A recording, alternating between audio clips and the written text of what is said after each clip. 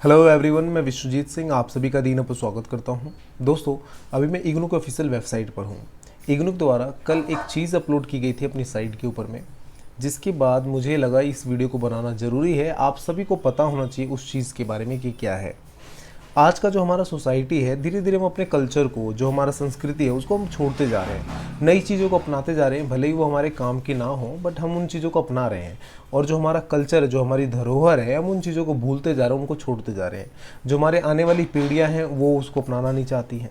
पर जब कुछ इस तरह का स्टेप होता है जो हमारे कल्चर को रिमाइंड करवाता है, हमारे कल्चर की इंपॉर्टेंस को बताता है, तब हमें बहुत अच्छा फील हो रहा होता है। तो इग्नू के द्वारा एक स्टेप लिया गया, जिसके बाद मुझे लगता है ये वीडियो आप सभी तक पहुंचना बेहद ज़्यादा ज़रूरी है। और उम्मीद करता हूं कि आप भी मेरी तरह इस वीडियो को आगे पहुंचाओगे।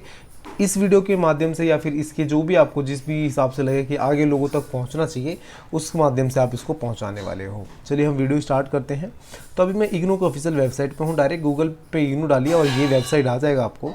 ठीक है, उसके बाद नीचे जब ड्रैग करोगे तो नीचे ड्रैग करने के बाद आपको न्यूज़ एंड अनाउंसमेंट कॉर्नर के अंदर में एक आपको यहाँ पे लिंक दिखेगा, जिसका नाम है काल ज्योति पांचांग फॉर ईयर 2023-24। काल ज्योति पांचांग होता क्या है? पांचांग मतलब क्या? एक तरह का कैलेंडर, जिसके अंदर में मंथ और जो भी डेट होती है वो लिखा होता है, दिन लिखा होता है कि किस दिन क्या होने वाला है, क्या चीज़ें होंगी, कौन सा त्यौहार किस दिन पड़ेगा, ठीक है, और मंथ कौन सा चलेगा, डेट क्या रहेगा, वो सारी चीज़ें इसके अंदर में लिखी होती है। एक तरह से कैलेंडर होता है। हर व्यक्ति का एक अलग अलग कैलेंडर होता है। जो हिंदू हैं या इंडियन है, वो पांचांग के जरिए अपना दिन और जो भी चीज़ें हैं वो तय करते हैं। अगर आप बिहार यूपी से बिलोंग करते हो स्पेशली, तो आपके घर में जो मम्मी पापा होंगे वो हिंदी में मंथ का नाम बोलते हैं, आषाढ़ चैत बैसाख इस तरह करके बोलते हैं, सावन भादो कार्तिक। तो इस तरह से करके वो हिंदी में ये सारे मंथ के नेम बोलते हैं। पर वहीं पर आज के समय जो हमारे बच्चे हैं या फिर जो हम हैं, वो हम क्या बोलते हैं? जनवरी फरवरी मार्च अप्रैल करके हम बोलते हैं। ये इंग्लिश नेम हो गए, ठीक है। एक तरह से ये क्रिश्चियन जो कैलेंडर था उसको हम फॉलो अप करते हैं, ब्रिटिश कैलेंडर को हम फॉलो अप करते हैं, ना कि हम अपने जो हमारा कल्चर है, जो हमारा संस्कृति है पांचांग का, उसको फॉलो करते हैं। ठीक है, उसी तरह से जो अगर आप मुस्लिम कंट्री में जाते हो कई जगह पे, तो वहाँ पे आपको इस्लामिक कैलेंडर जो हिजरी होती है वो फॉलो करते हुए देखा जाता है। ठीक है, तो इस तरह से अलग अलग कैलेंडर होते हैं। तो हमारा जो पांचांग है उसकी क्या वैल्यू है, क्या इंपॉर्टेंस है, किस तरह का होता है, उसके बारे में आज के समय में बच्चों को पता नहीं है। तो इग्नू के द्वारा ये पांचांग अपलोड किया गया है, उसके बारे में थोड़ा सा डिस्कस करते हैं कि क्या है पांचांग, किस तरह का पांचांग है। तो इस पर जब क्लिक करोगे एक नया पेज खुलकर आ जाता है, और ये 26 अप्रैल कल अपलोड किया गया था। आप डाउनलोड करके पांचांग अपने फ़ोन में ज़रूर रखें, क्योंकि आपको ये बहुत काम आने वाला है आपके घर के अंदर में। ठीक है, इग्नू के द्वारा अपलोड किया गया है। तो यहाँ पे आप देख सकते हो पूरा यहाँ पे बताया गया है नई दिल्ली क्या है, कहाँ पे किस तरह से कौन सा मास चल रहा है। देखो 13 चांद्र मास, 6 ऋतुआं हैं, 2 आयन है, 1 वर्ष है, पूरा 1 वर्ष का पूरा ये हैगा। विक्रम सावंत जो इस बार का, जैसे हमारा 2023 चल रहा है, तो विक्रम सावंत के अनुसार जो ये समय चल रहा है वो 2080 चल रहा है। ठीक है, तो ये इस तरीके से बताया गया है। यहाँ पे अलग अलग जो कैलेंडर होते हैं उनके बारे में भी बताया गया है। जैसे देखो कली सावंत में होता है कि 5124 चल रहा है, संघ सावंत में 1945 चल रहा है, वहीं पे हिजरी सावंत में इतना चल रहा है। ठीक है, तो इस तरह से अलग अलग जो कैलेंडर है उनके अनुसार में क्या कौन सा दिन चल रहा है, कौन सा मंथ मतलब कौन सा ईयर चल रहा है, वो भी यहाँ पे डिफाइन किया गया है। ठीक है, आगे हम बात करते हैं। तो यहाँ पे क्यों बनाया गया, कैसे बनाया गया, तो उसके बारे में एक लेटर है कि किस तरह से क्या ज़रूरत पड़ती है, वो आप यहाँ पे पढ़ सकते हो। ठीक है, अगर आपका मन कर रहा है तो नॉर्मली आप हम अपने कैलेंडर पे आते हैं। सबसे पहला जो मंथ है वो चैत्र मास का आता है।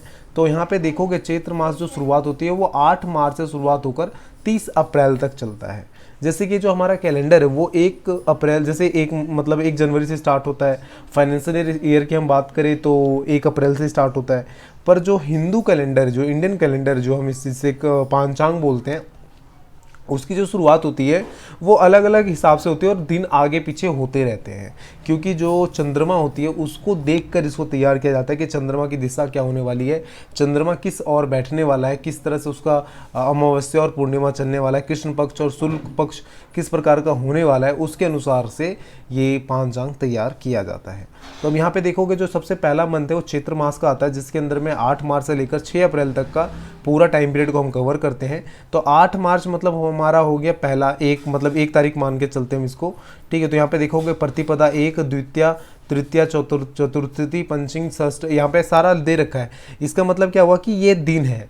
द्वितीय मतलब दूसरा दिन, तृतीय मतलब तीसरा दिन। जो घर के पुराने लोग हैं, अगर आप उनसे बात करोगे, उनके बारे में पूछोगे, उनसे पूछोगे इसके बारे में, तो आपको बता पाएंगे कि एकादशी मतलब क्या, 11वां दिन, ठीक है, दसवीं मतलब 10वां दिन, नौवीं मतलब 9वां दिन, अष्टमी मतलब 8वां दिन। तो इस तरह करके वो पूरा दिन बता सकते हैं कि अभी चैत्र मास का अष्टमी चल रहा है, मतलब 8 दिन बीत चुके हैं चैत्र मास के। एकादशी है तो मतलब चैत्र मास का 11 दिन बीत चुके हैं। तो इस तरीके से आप ये चीज़ें कर सकते हो, पता कर सकते हो, समझ सकते हो कि क्या चीज़ होता है। और हर एक कैलेंडर के अंदर में 2 पक्ष होते हैं। एक को हम कहते हैं कृष्ण पक्ष, जब अमावस्या वाला टाइम पीरियड चल रहा होता है, जहाँ पर क्या धीरे धीरे धीरे धीरे जो चांद है वो का मतलब छोटा होता चला जाता है, बंद होता चला जाता है, छोटा होता चला जाता है, तो उसको हम कृष्ण पक्ष के अंदर में रखते हैं। और शुक्ल पक्ष के अंदर में क्या होता है, थोड़ा धीरे धीरे उजाला होता है, चांद धीरे धीरे खुल रहा होता है, तो उसको हम शुक्ल पक्ष के अंदर में रखते हैं। तो ये 2 पक्षों के अंदर में पूरा दिन को डिवाइड किया जाता है। तो देखोगे आप कृष्ण पक्ष वाला जो ऊपर वाला हैगा वहाँ पे हल्का सा डार्क में है, और वहीं पर जो शुक्ल पक्ष है, शुक्ल पक्ष वो हल्का सा ब्राइट में है, वाइट में है। इसका रीज़न ये है क्या कि यहाँ पे चंद्रमा आता है। जो कृष्ण पक्ष का सबसे लास्ट डे है 21 मार्च का, ठीक है, वहाँ पे अमावस्या आ गया है, वहाँ पे पूरी तरह से चंद्रमा क्या होता है, डार्क हो जाता है। और वहीं पर शुक्ल पक्ष के अगर आप 6 अप्रैल को देखोगे लास्ट दिन को, तो पूर्णिमा है, तो पूरी तरह से वो ब्राइट के अंदर में, वाइट वाले कॉलम के अंदर में, जिसका मतलब ये है कि वो बहुत ज़्यादा वहाँ पे मतलब चंद्रमा पूरी तरह से रहेगा, प्रकाशित रहेगा। ये भी हमें देखने के लिए मिलता है। इस कैलेंडर के अंदर में आपका सूर्य उदय किस प्रकार से, किस तरह से वो धीरे धीरे नक्षत्र योग बदल रहा है, उसके बारे में भी डिफाइन किया गया है कि किस तरह से चीज़ें चल रही हैं, ठीक है। तो ये कैलेंडर जो है रियली बहुत ज़्यादा इंटरेस्टिंग है। और अगर आप अपने मम्मी पापा या किसी को घर में दिखाते हो या बताते हो, वो ईजिली आप समझ पाओगे कि कौन सा चीज़ किस तरह से चल रहा है। यहाँ पे बाकी जो त्यौहार है उनके बारे में भी डिफाइन किया गया, हनुमान जयंती हो गया, महावीर जयंती हो गया, शिवाजी पुण्यतिथि हो गया, और जो हमारे कुछ और व्रत होते हैं, जैसे अष्टमी व्रत होता है, बहुत सारे लोग करते हैं, अष्टमी व्रत हो गया, यमुना छठ हो गया। तो ये सारे चीज़ें भी आप यहाँ पे देख सकते हो, उनके बारे में जानकारी ले सकते हो, ठीक है, किस तरह से होने वाला। तो ये इग्नू के द्वारा जो भी स्टेप है मैंने फर्स्ट टाइम देखा है, ठीक है, और रियली मुझे बहुत ज़्यादा अच्छा लगा। इवन मैंने खुद इसको डाउनलोड करके अपने फ़ोन में रख रखा है। घर के लिए मैंने प्रिंट करके लाया, 16 पेज का प्रिंट करके लाया है, जिसके बाद घर में भी इसका यूज़ कर सकते हैं। क्योंकि कई बार क्या होता है कि मम्मी या फिर जो बूढ़ी दादा दादी होते हैं, नाना नानी होते हैं, वो इसी तरह से बोलते हैं कि चैत्र आषाढ़ चल रहा है, बैसाख चल रहा है, और फिर हमें कन्फ्यूज़न होता है कि यार क्या, कौन सा मंथ, ठीक है, फिर हमें समझ में नहीं आता। अब देखो सबसे पहले अब दूसरा मंथ आ जाता है हमारा बैसाख मास का। बैसाख का जो टाइम पीरियड है वो 7 अप्रैल से लेकर 5 मई तक का चलता है। उस जहाँ पे उसने खत्म किया उसके नेक्स्ट डे से यहाँ पे अगला मंथ स्टार्ट हो जाता है। तो 7 अप्रैल प्रतिपदा, द्वितीय, तृतीय, चतुर्थी, पंचमी, सप्तमी, अष्टमी, नौमी, एकादशी, ऐसा करके चल रहा है पूरा, ठीक है। तो वही है कृष्ण पक्ष शुक्ल पक्ष के तौर पर यहाँ पे चलने वाला है, ठीक है, प्रॉपर। तो ये पूरा जो कैलेंडर है बहुत ज़्यादा यूज़फुल है, इग्नू के द्वारा एक अच्छा स्टेप है, आप ये कह सकते हो। आपको करना क्या है, सिंपली तो इस कैलेंडर को ज़्यादा से ज़्यादा लोगों तक पहुंचाना है, जिससे वो भी इसका लाभ उठा सके, वो भी इसके बारे में जान सके, और जो हमारी संस्कृति है, जो हमारी धरोहर है, उसके बारे में जान सके।